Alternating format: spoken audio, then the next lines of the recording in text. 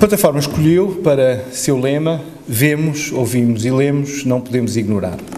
É um início de um poema que muitos de nós, particularmente aqueles que têm já mais experiência de vida, conhecem, da Cantata da Paz de Sidney Breiner, e que inspirou uma geração, mas que hoje também nos inspira perante o que se está a passar, em particular no que diz respeito à crise dos refugiados, à maior crise de refugiados desde a Segunda Guerra Mundial. Todos nós fomos vendo, ouvindo, lendo, mas durante muito tempo com uma certa sensação de impotência e de paralisia. O que aconteceu nas últimas 2 semanas em Portugal foi que um conjunto muito alargado de instituições da sociedade civil decidiu agir, não se substituindo ao Estado, a quem compete liderar todo o processo de acolhimento e integração de refugiados em Portugal, não ignorando, e bem pelo contrário, valorizando o trabalho já feito por muitas organizações, algumas desde há décadas, como é o caso do Conselho Português para os Refugiados, ou do Serviço Jurídico aos Refugiados, que desenvolvem trabalho com refugiados, bem como mais recentemente o caso da Plataforma Global de Apoio aos Estudantes Sírios, do qual a Universidade de Coimbra faz parte e tem acolhido com grande sucesso alguns estudantes sírios, numa iniciativa notável do Presidente Jorge Sampaio, que depois de todo o seu trabalho com a Aliança de Civilizações também deu este testemunho cívico muito importante no quadro do acolhimento de estudantes sírios em Portugal, mas decidimos então não ignorar e arregaçar as mangas e tentar dar o nosso contributo. É, portanto, a PAR uma plataforma informal, em rede, de organizações da sociedade civil, à qual também se têm somado outros apoios, dos quais destaco desde já, e falarei um pouco mais à frente com mais detalhes sobre isso, os meios de comunicação social, que hoje em dia têm uma presença muito importante na PAR, mas também algumas instituições públicas, em particular autarquias, que têm vindo a apoiar este projeto. A PAR procurou construir esta rede de uma forma alargada, com um conjunto de instituições que fundaram e no passado dia 4 de setembro apresentaram este projeto, com grande abrangência. Estão na PAR desde a Amnistia Internacional, a Caritas Portuguesa, a Confederação Nacional das Instituições de Solidariedade, a Comissão Nacional de Justiça e Paz, a Unicef, a Comunidade Islâmica, cuja presença reputamos da maior importância, os escuteiros católicos, o Conselho Português para os Refugiados, Cruz de Malta, Grace, vou saltando porque são muitos, são mais de 30 as instituições que foram as fundadoras deste projeto. Sinalizo aqui algumas pela sua importância, como o Conselho Nacional de Juventude, mobilizando os seus 40 membros para participar nesta plataforma, também as fundações quiseram estar presentes. É, portanto, uma iniciativa que nasce destas organizações, que procura, sem se substituir ao Estado, dar um contributo a partir daquilo que é a capacidade de intervenção da sociedade civil. Muitas vezes, umas com razão e outras nem tanto, vamos queixando de uma sociedade relativamente amorfa, com pouca capacidade de organização, com pouca capacidade de intervenção cívica. Ora, o desafio está, concordemos ou não com esta afirmação, em que neste caso concreto a sociedade portuguesa seja capaz de dar o seu contributo de uma forma complementar e convergente à do Estado. Também quiseram apoiar esta plataforma a Conferência Episcopal Portuguesa, que formalmente declarou o apoio à plataforma, a Fundação Gulbenkian. Sublinhamos também aqui os escritórios de advogados que se têm vindo a juntar à plataforma para todo o apoio jurídico e um conjunto de aderentes já muito vasto. Hoje a plataforma, para além dos membros fundadores, é constituída por mais de 100 organizações que têm vindo a associar-se a este trabalho. Mas dizia há pouco também que os meios de comunicação social disseram presente. É com muita alegria que vemos, por exemplo, como não é frequente ver, os 3 canais de televisão generalistas mobilizados por esta causa. A RTP, a SIC, a TVI, todas as rádios, os jornais, alguns deles ainda que entraram hoje, que ainda nem sequer estão presentes aqui, como o caso do Correio da Manhã, o Jornal Notícias, que ainda não tem aqui o seu logotipo. Tem havido uma enorme mobilização da comunicação social, que assumiu também esta causa, a do acolhimento e integração dos refugiados em Portugal, como também sua causa. O que é que nós procuramos desenvolver com a PAR? Essencialmente 2 projetos. 2 programas, um que chamamos PAR Famílias, do qual falarei em primeiro lugar, e depois o PAR Linha da Frente. O PAR Famílias é um modelo que propomos de acolhimento e integração de refugiados na sociedade portuguesa. Propomos um modelo que se baseia no acolhimento de base comunitária, onde uma instituição anfitriã de acolhimento possa acolher uma família de refugiados. Numa estratégia de acolhimento no seio da comunidade, envolvendo a comunidade nessa ação e promovendo a integração dessa família. Recusando, portanto, neste modelo a opção que tem a sua legitimidade e que fará sentido, porventura, em alguns casos, do modelo mais clássico dos centros de refugiados ou dos campos de refugiados, que a nós nos parecem ter fortes contraindicações em várias dimensões. Desde logo porque não promovem verdadeiramente o acolhimento e a integração dos refugiados na comunidade, muitas vezes guetizam, afastam dos refugiados da própria comunidade, têm um potencial de conflitualidade muito elevado, no quadro 100, 150, 200 pessoas no mesmo espaço, confinadas muitas vezes sem trabalho, sem um incentivo forte para a aprendizagem da língua e para a inserção na comunidade onde estão, e portanto nós optámos por este modelo. É um modelo que se baseia na experiência de muitas destas organizações, é um modelo que está focado nas famílias. E porquê? Pela opção considerada da prioridade das crianças e dos jovens, que nos parecem ser, no quadro da assistência humanitária, a prioridade essencial. Mas, como a maioria, felizmente, das crianças e dos jovens que estão a chegar até nós, até a Europa, estão acompanhadas pela sua família, obviamente o que faz sentido é pensar este acolhimento no quadro das famílias refugiadas que estão a chegar até nós. Também porque as famílias, provavelmente, muitas delas não poderão regressar brevemente à Síria. A expectativa é que a maior parte dos refugiados que Portugal venha a receber, como todos os países europeus, provenham da Síria, embora não exclusivamente, existem outras proveniências, sendo, no entanto, importante termos consciência que há uma diferença, que será, com certeza, tida em conta, entre refugiados e migrantes económicos. Esta operação que está em curso da PAR diz respeito a refugiados, ou seja, pessoas que tiveram que fugir involuntariamente do seu país para fugir a uma situação de guerra, de destruição total, de perigo de vida. Obviamente, os migrantes económicos merecem-nos todo o respeito, ou não tivesse eu tido as responsabilidades também que tive na área de imigração, mas não são o foco agora. O foco, estamos a falar de uma situação de emergência, onde, só para termos noção, em relação à Síria, nesta altura existem 4 milhões de refugiados fora da Síria, com um peso muito específico, e a primeira nota que gostava de dizer, em relação a esta nossa atitude europeia, que em certa medida nos tem entristecido, porque, mais uma vez, ontem houve reunião do Conselho de Justiça e Assuntos Internos e voltou a não se chegar a acordo, com um adiamento para 8 de outubro para uma nova decisão, e estamos a falar de um fluxo de refugiados este ano na Europa, na casa dos 300 mil refugiados. Se pensarmos na Turquia, que tem 2 milhões, ou no Líbano, um pequeno país cuja população 25% são refugiados, percebemos, pensando nos meios económicos e recursos do Líbano comparados com os da Europa, percebemos que a questão que tanto nos perturba em termos europeus é verdadeiramente uma gota d'água no mundo. Aliás, é sempre bom ter em conta que no universo dos refugiados, 85% dos refugiados em todo o mundo estão em países pobres, não estão nos países ricos. Esta percepção que nós temos que estamos a ser invadidos por refugiados é uma total falta de percepção do que é que acontece no mundo. Os países que acolhem o maior número de refugiados são países pobres, são países em vias de desenvolvimento.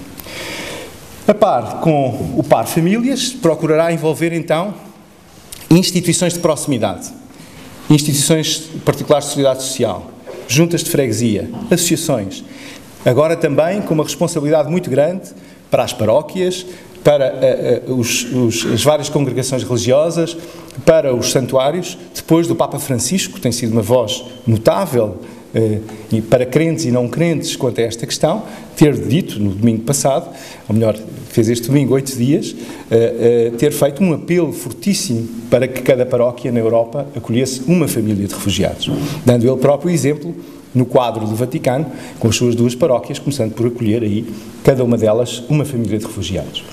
Este modelo é um modelo que tem uma duração de 2 anos, onde tem um fortíssimo apelo à comunidade. Não acreditamos que em Portugal, caso exista vontade, não seja possível numa comunidade acolher uma família. Estamos a falar 3, 4, 5 pessoas, mas com este desafio que nos parece muito estimulante e cheio de sentido, que seja um acolhimento da própria comunidade e não o acolhimento com os fundos comunitários que virão. Enfim, fala-se de números mirabolantes, como sempre, no contexto europeu, pensando que tudo se resolve com milhares de milhões de euros, não é? Mas, na verdade, a diferença será feita pela capacidade de uma instituição anfitriã a ativar uma rede de solidariedade à sua volta que garanta 6 temas: alojamento autónomo, alimentação e vestuário adequado, apoio no acesso ao trabalho, apoio no acesso à saúde, apoio no acesso à educação para as crianças e apoio na aprendizagem do português.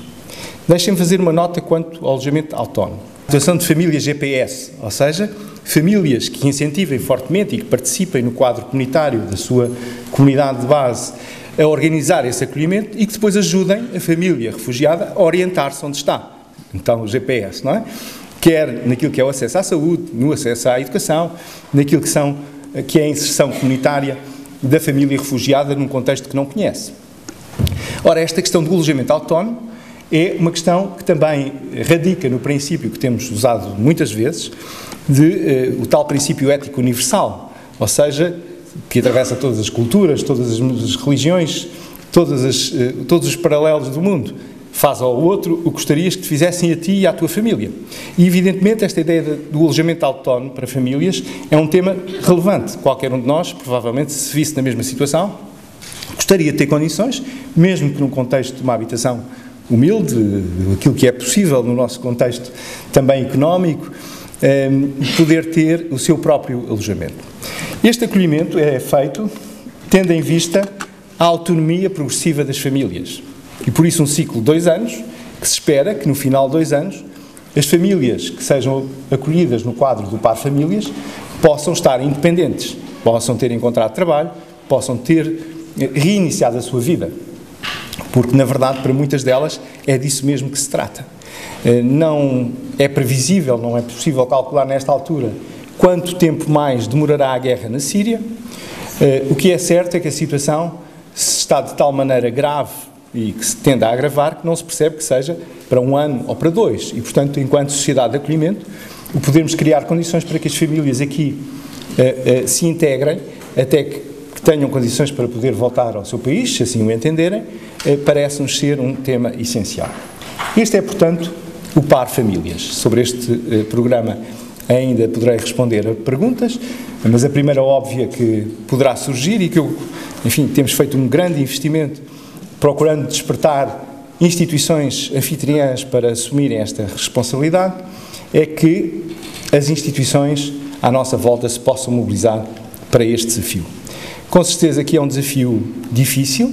Um dos pontos que é importante termos bem presente é que o acolhimento e a integração de refugiados em qualquer parte do mundo constitui um desafio e que esperarmos que sejam só facilidades, seja só um encontro fantástico entre pessoas que acolhem e pessoas que são acolhidas, é ingênuo.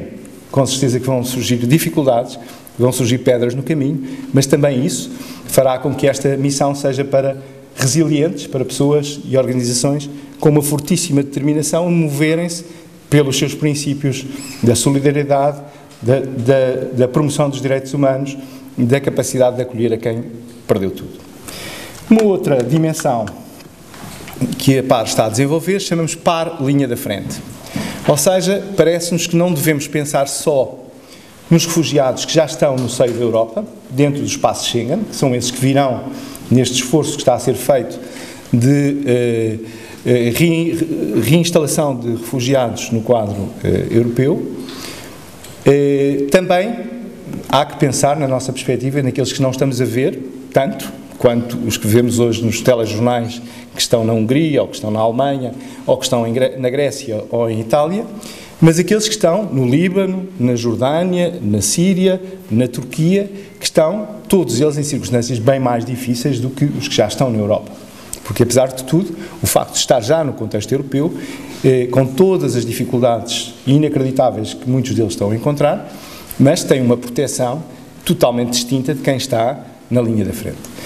E, nesse sentido, a partir da próxima segunda-feira, dia 21, vai começar uma campanha de recolha de fundos destina exatamente aos refugiados que estão na linha da frente, e foram selecionadas 2 organizações, 2 ONGs, que estão no terreno, que nos oferecem credibilidade quanto à sua intervenção, ou seja, a Caritas Médio Oriente e o Serviço Jesuíta aos Refugiados Médio Oriente. Portanto, organizações que podem utilizar estes recursos financeiros para a promoção, para criar condições de vida dos refugiados que estão nestes países. Esta campanha decorrerá até dezembro e terá um fortíssimo apoio em termos de meios de comunicação social, e é uma campanha na qual todos os que entenderem, independentemente até das suas capacidades financeiras, com o que cada um pode mobilizar para este fim, todos podem participar. Há pouco já referi o Par Famílias. Gostava também de sublinhar esta ideia. Nós vamos trabalhar na base de um contrato de acolhimento e integração. Ou seja, no Par Famílias, regressando ao Par Famílias, esta ideia é que precisamos de gerir expectativas e de ter um compromisso de ambas as partes quanto ao processo de acolhimento e integração. Esta é uma das aprendizagens de outras experiências, onde as expectativas não estavam bem delimitadas de ambas as partes, quer das famílias ou das instituições de acolhimento, quer das famílias refugiadas, e parece-nos que este é um tópico muito importante, ou seja, virão para o Par Famílias famílias refugiadas que aceitem o convite de ser acolhidas, algures em Portugal, por uma instituição anfitriã com um conjunto de condições com as quais pode acolher essa família de refugiados. Estamos aqui a considerar um conceito de refugiado. Há um tema também europeu muito polémico nesta altura, tem a ver com o estatuto e com o título jurídico atribuído a estas pessoas. Há uma linha mais dura que quer limitar àqueles que têm o título de refugiado tal e qual, que completaram todo o processo, que é sempre um processo longo, complexo. Só para vos dar o exemplo da agilidade europeia e também nossa, e com muita pena minha digo isto, Portugal está há 1 ano e meio para receber, imaginem a quantia extraordinária de 45 refugiados. Há 45 refugiados que estão há 1 ano e meio à espera de vir para Portugal, num programa de reinstalação organizado conjuntamente pelo Estado português e pelo Acnur, que até hoje não conseguiram ver a sua situação resolvida, estão no Egito à espera, eram para ter chegado dia 11, agora talvez para o fim do mês, e já passou 1 ano e meio. Mas nós precisamos aqui de considerar também outras pessoas que, não tendo ainda esse estatuto, têm todas as condições para o obter. Neste sentido, provém de um país em guerra, foram obrigadas a sair do seu país por risco de vida e aos quais pode ser atribuído um título, um outro título, como uma autorização de residência por motivos humanitários, para poder acolher um maior número de pessoas. O Alto Comissário das Nações Unidas para os Refugiados tem dito, e creio que como profundo conhecedor desta matéria não estará nada longe da verdade, que o sistema de asilo europeu é totalmente anacrónico, está feito para não funcionar. A dúvida é se é por dolo ou se é por negligência, não é? Eu às vezes tenho dúvida, na verdade, se é porque nós, enquanto União Europeia, com tantas competências e capacidades de resolver problemas complexos, tenho muitas dúvidas que seja por incapacidade técnica que o sistema de asilo não funciona. Na verdade, creio que durante muito tempo os nossos países europeus procuraram fingir não perceber o que estava a passar. Procuraram encontrar argumentos burocráticos para que este processo não avance. Como vos digo, a história paradigmática de 45 refugiados que demoram 1 ano e meio para conseguir serem instalados em Portugal é absolutamente surpreendente. Enfim, não é possível isto acontecer. Na verdade, hoje temos perante nós um desafio enorme, enquanto países europeus, de poder acolher e acolher bem estas pessoas que procuram refúgio. Tem-se falado muito de números, e alguns vão perguntando, mas Portugal irá acolher quantos refugiados? A resposta é não sabemos. Houve um primeiro compromisso de 1.500 refugiados, que ontem ficou consolidado na reunião e que diz respeito a um contingente de 40.000 pessoas. Vejam, ainda estamos a discutir 40.000 pessoas. Havia um contingente adicional que estava em cima da mesa de 120.000 pessoas, sobre os quais não se chegou a acordo.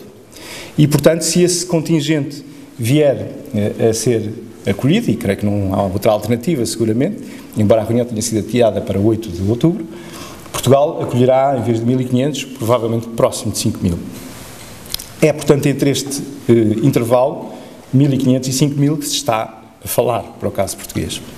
Ora, esta realidade quer dizer, na sua expressão máxima, 0,005% da população portuguesa.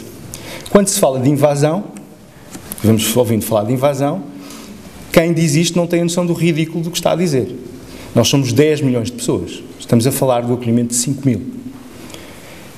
Mas, evidentemente, existe uma agenda, da qual podemos falar, muito bem montada em termos de centros xenófobos, nacionais e internacionais, de forças de extrema-direita, de olhares neonazis, sem nenhuma hesitação, que são, tal como o ISIS, muito competentes em propaganda, muito competentes em enquadrar imagens, vídeos, ideias e, sobretudo, a manipular os nossos medos e os nossos preconceitos, e têm conseguido um enorme sucesso. É impressionante, digo, repito, é impressionante o estado de espírito da opinião pública portuguesa quanto a este tema, quando ainda não chegou um refugiado a Portugal.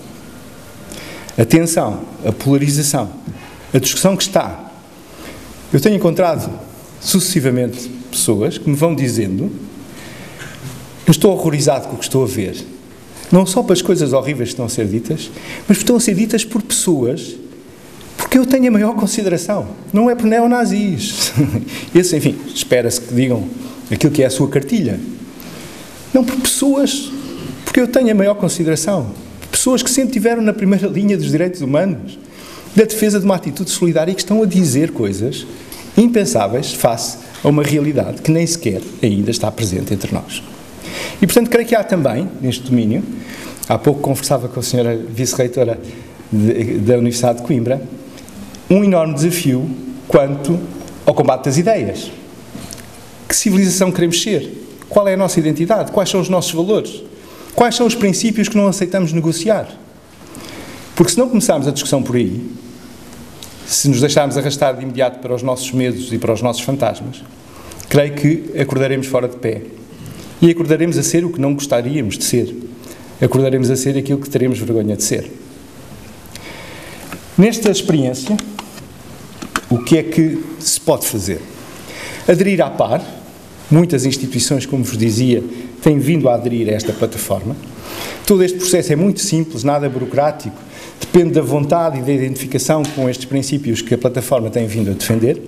E o primeiro objetivo, e aquele que estamos a mobilizar as instituições em Portugal, aquelas que têm potencialmente essa vocação, é que possam acolher uma família de refugiados.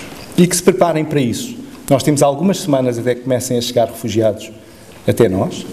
A expectativa do governo português é que isso possa acontecer no final de outubro. Eu suspeito que será mais cedo. A pressão internacional é muito grande e, sobretudo, o inverno está a chegar. Mesmo que nós ainda só o sintamos com chuva, no norte da Europa, viver ao ar livre, a partir de agora, começa a ser complicado. E, portanto, haverá uma pressão grande para resolver esta questão. Mas nós estamos a procurar fazer o levantamento das disponibilidades destas instituições anfitriãs de acolhimento, procurar prepará-las.